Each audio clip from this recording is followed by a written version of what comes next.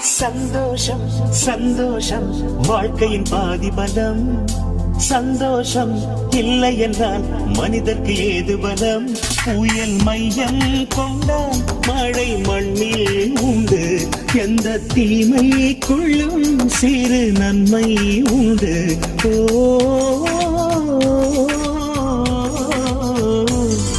சந்தோஷம் சந்தோஷம் வாழ்க்கையின் பாதி பலம்.